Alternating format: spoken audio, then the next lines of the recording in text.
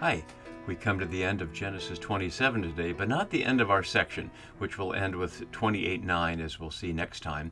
And as we've been looking at this, we've been following the entire Jacob cycle chiasm that you can see there on the screen, and we've been following this purple part here, and we're almost at the end of it, as well as we've been looking at the shape of the Jacob story. Again, we're just about at the end of this first section with Jacob and Esau, and that will return at the end, and we're about to move into the Jacob and Laban section that Rebekah is about to send her son Jacob off in our scene today.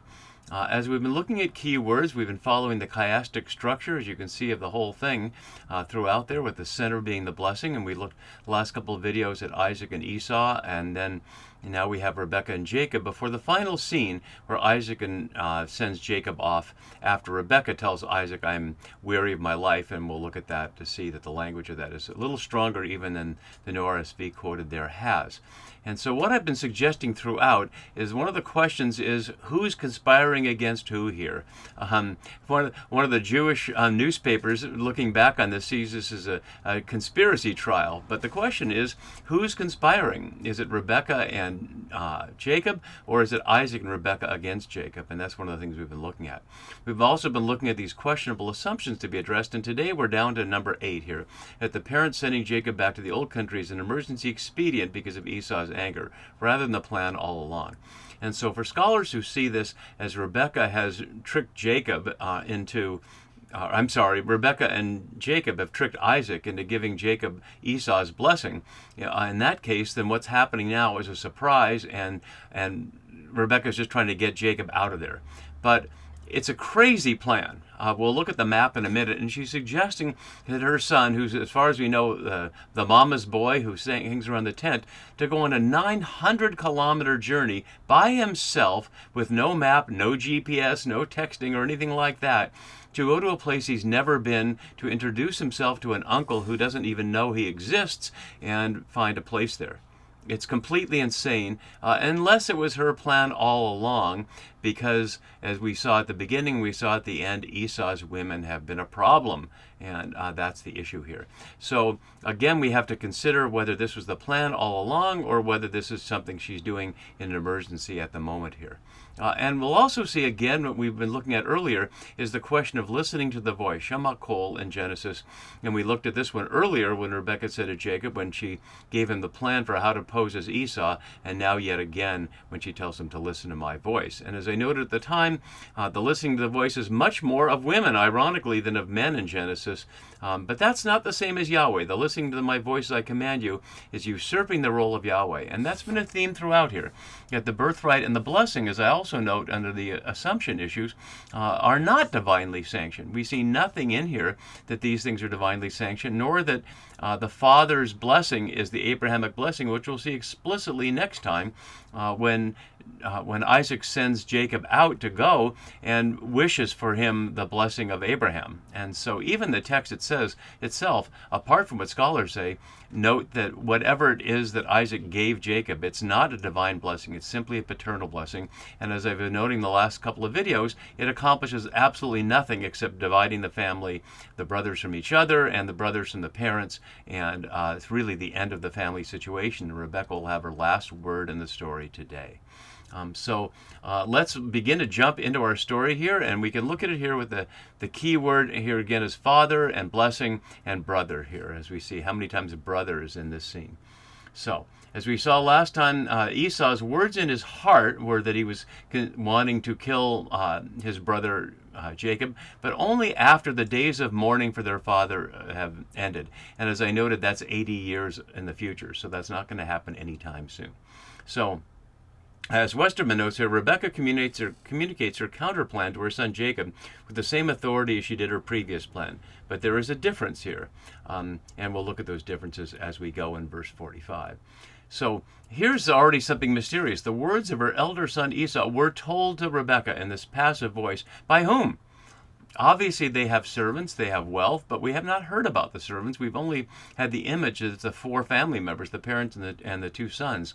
And last time we noticed that Rebekah overheard Jacob talking to Esau to send him out to be hunting. But now it's told to her like she was somewhere else and somebody else was listening. So it's left mysterious of how she finds out and from whom. But what happens is she's sent And where she's sending to, we don't know. Where is Jacob? And called her younger son Jacob. And the whole thing is rather mysterious here, because we've only seen Jacob around the tent, and last time, at the beginning of the story, Rebekah just talked to Jacob. He was right there. But now he's apparently somewhere else, and she's somewhere else. But where that somewhere else isn't said. And notice it says younger son here. It's literally smaller son. I don't know the Hebrew down there, but we noted that earlier. It's not about size, it's about youth. But it's highlighting here that this is her son, and the one who's the second of the pair. So your brother Esau, omitting as it almost always does the Hebrew hene, behold. So behold, your brother Esau, and she adds this here, consoling himself, using the word nachem, which was the same kind of consolation that we had in the flood story where Noah provides the consolation for people. As my note below says, ironic in light of the previous use at 2467, the consolation of Isaac with Rebekah after Sarah's death now leads to the consolation of their son at the risk of the life of the other son. In the next generation, we'll see consolation at 3735 in the Joseph story, ways ahead. By planning to kill you, as Hoover notes, the translation loses the precision. Literally, it's consoling himself to you to kill you. So the planning is overstating it. Esau is not planning here. He's holding this tight that he's going to get revenge. And to kill you here, using the word harg here for to kill, previously only in the wife-sister stories. We haven't seen it otherwise. It wasn't in Esau's own speech, but it was Lamech's song, which, as I noted here, was the only time in Genesis where a man says to listen to my voice. So there's a couple of connections there. And as we've been noting, Esau's plan is Cain's plan, to kill his brother out of jealousy, although a very different kind of jealousy. There in the Cain and Abel story, it was over Yahweh, and here it's simply over the parents. So with that in mind, and we don't hear anything from Jacob, Rebekah continues. And as my note below says, her orders follow directly from Esau's murderous plan, only made possible by the deception, which is to say that they would have no basis for sending Jacob back by himself unless Esau's threat to murder him was the imperative to get him out of there. Otherwise, what would it take Jacob, the smooth mama's boy around the tent, to go out and travel by himself? One might think it's a suicide mission, but of course we know he arrives there. So she says, no, therefore my son, and we highlight all the elements of my son here. The translation has obey my voice, but literally hear my voice. Flee at once. And it's really quite a charge to him, literally, and stand up and flee. And as my note below says, fleeing defines Jacob from here forward, here in 27:43. We'll see it in 31, again in 35.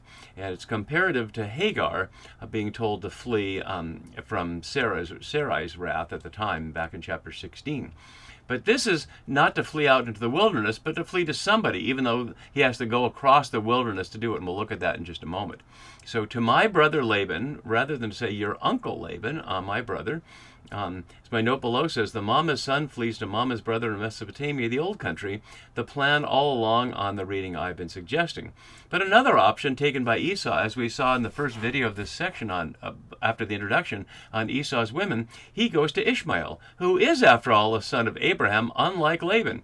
Let's look for a minute here at the family lineage here of Abraham so we can see what's at issue. As she sends him, as we'll see described, to Laban, the son of Bethuel, and you can see the relationships here. So it would have been actually closer in the family to go to Ishmael, but Rebekah has no relationship with Ishmael as she does with her brother Laban, so she goes to the familiar, even though she knows, and we're going to find out what a trickster Laban is, and that's been my suggestion all along, that the practice of tricking Isaac, which also arouses Esau's wrath, is preparation for him facing the master trickster in Laban. And we'll see that in a minute. And she suggested they go to Haran. And that's very interesting because previously, as we look back in 24:10, Abraham's servant sent him to Aram Naharim. And you can see that on the map here, which suggests all these places together. So Aram Naharim, which literally means the land between the rivers, another name for Mesopotamia, or Paddan Aram, which will be where Isaac tells him to go in chapter 28 in a couple of verses, or here Haran. And as you can see from Google Maps, the incredible distance that Jacob is being told to flee.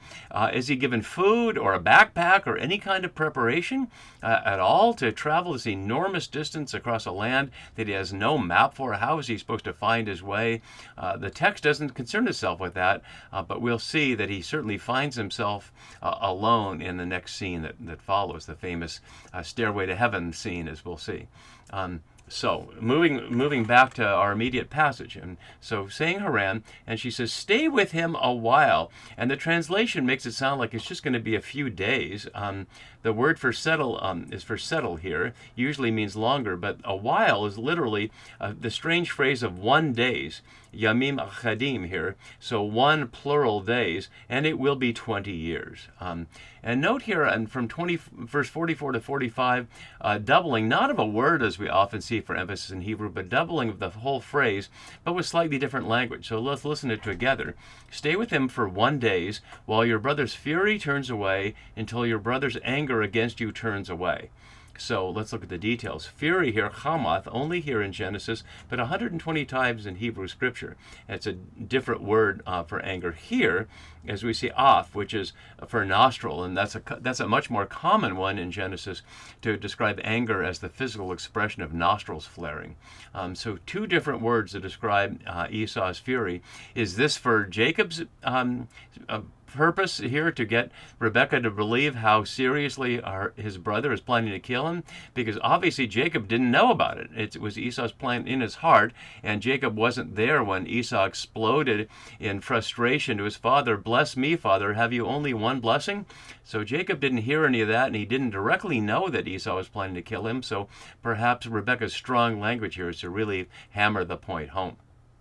And as Westerman has below, the exclamation reveals Rebekah's deep emotion. She knows now that her plan has achieved nothing, perhaps has lost it all. Mother and son never see each other again. And that's following on the questionable assumption that this was not the plan all along. And so I'd suggest completely otherwise, that Rebekah's plan is happening just as they planned. So until your brother's anger turns away and he forgets.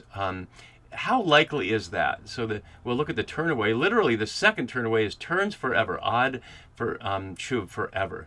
And he forgets. This is the first time we're hearing forget in Genesis, and we'll see it in the Joseph story for the baker and the other servants of the Pharaoh who forget Joseph. But this is the only forgetting here. It's 120 times in the Masoretic text, and it's interesting, only in Deuteronomy and the Torah, and then spread out elsewhere. Not forgetting is a key term in Deuteronomy, when Moses gives the speech of, don't forget what Yahweh has done in liberating you from Egypt, and when you get all your good things, don't forget where you got them from. But this is an encouragement to forget. And how likely is it that Esau is going to forget at any time soon that he's lost the blessing because of his conniving brother, as he sees it? And notice what she says, what you have done to him. Not what we have done to him, but what you have done. It's been her thing all along. Listen to my voice, do what I command you. Jacob had no initiative in this. He had questions. He got away with it, but it was certainly her plan. But she says what you have done, because that's what Esau perceives. Esau does not know that Rebekah was part of the plan at all. So Esau sees it as simply Jacob's plan, and that's what she's expressing. And then she says something that's poignant because it will never happen.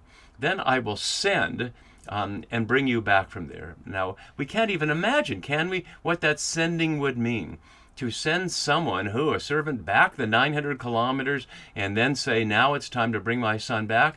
Why does she never do that? It never happens in the 20 years, and they never see each other again. And so the irony is that she says here at the end, why should I lose both of you in 1 day, or literally be bereaved of both of you? And it's only in the qual in this direct form in Genesis, again in the Joseph story. But that's exactly what happens. She loses both of them, as Abraham did with Ishmael and Isaac, and Adam and Eve did with Cain and Abel. And it happens only because of her own machinations. It's her exact plan. This was her plan all along, that she would send Jacob back, and that Esau would be angry, and that he would go off with his Canaanite or Hittite women, as they're described Hittite here, but they'll be described as Canaanite elsewhere, as we saw in the initial video. And she loses them both. And this is the last thing we hear her say. So even though the chiasm has this as part of the next verse, I'm going to do this here to highlight the end of Rebekah before it switches to Isaac calling Jacob. So as we have here, the verse in Hebrew is chiastic around Rebekah's negative feelings about her life, then the Hittite women and Jacob marrying at the center. And we can compare this to Sarah's demand to Abraham to send Ishmael away, but as I noted, that was to send Ishmael out into the nothing with his mother when he was young, and this is to send Jacob back to her brother, at least as they understand it. So Rebekah says to Isaac, and this is the first time their only reported conversation, although we were told earlier by the narrator that the Hittite wives made life bitter of spirit for both of them. So the whole section is framed by these the narrator's comment about them and now the only direct speech. So Rebekah says to Isaac, I am weary, which is a weak translation of an incredibly strong term. As you can see, the Brown Driver Briggs lexicon down below notes it meaning loathing, abhorrence, or sickening dread. Let's look at one example from Exodus 1:12, where we see the Pharaoh comes to dread the Egyptians because he sees them like vermin that multiply and spread. So that's the perspective here. She finds her life loathsome, not just, and what we looked at when we looked at the video about Esau's women, not just because of Hittite women ethnically, but such as these, and we looked at this last time, the issue of there's something particular about these women, but it's not told what it is. Notice that although the New RSV has women 3 times, it's daughters 3 times. Women is once in there, but there's 3 times. So described as the daughters of Heth here, and here the woman of the daughters of Heth, and here as the daughters of the land, which will echo into chapter 34, not quite the other side of the chiasm, but where Jacob will encounter the Shechemite, and his daughter Dinah will be out visiting the daughters of the land, but will discover the local chieftain's son in a bad situation. Rebekah saying this to Isaac, that if Jacob marries one of the Hittite women such as these, one of the women of the land, and maybe that's the specification, that they're women of the land, but how would they not be women of the land, of this local land? What good will my life be to me? Or literally from Lama Li Chaim, why to me is life? And my note below has it expresses her sense that her life purpose will be lost if descendants lose their ancestral link. At the same time, there's clearly a ploy being pulled on the hapless Isaac to get her son away from Esau in time, if Isaac is hapless, if Isaac is being manipulated here. But as I was noting in the questionable assumptions, a lot of that's based on the assumption that Isaac is weak, and as I showed in a much earlier video in this unit, Isaac is anything but weak. He may be blind, but that doesn't make him weak. So with that in mind, their plan is complete other than Isaac calling Jacob and blessing him again and giving him the charge that will send him back to all the adventures he will have with Laban, where he finds himself imprisoned there for 20 years. We'll begin to see how that story unfolds next time. See you then. Bye-bye.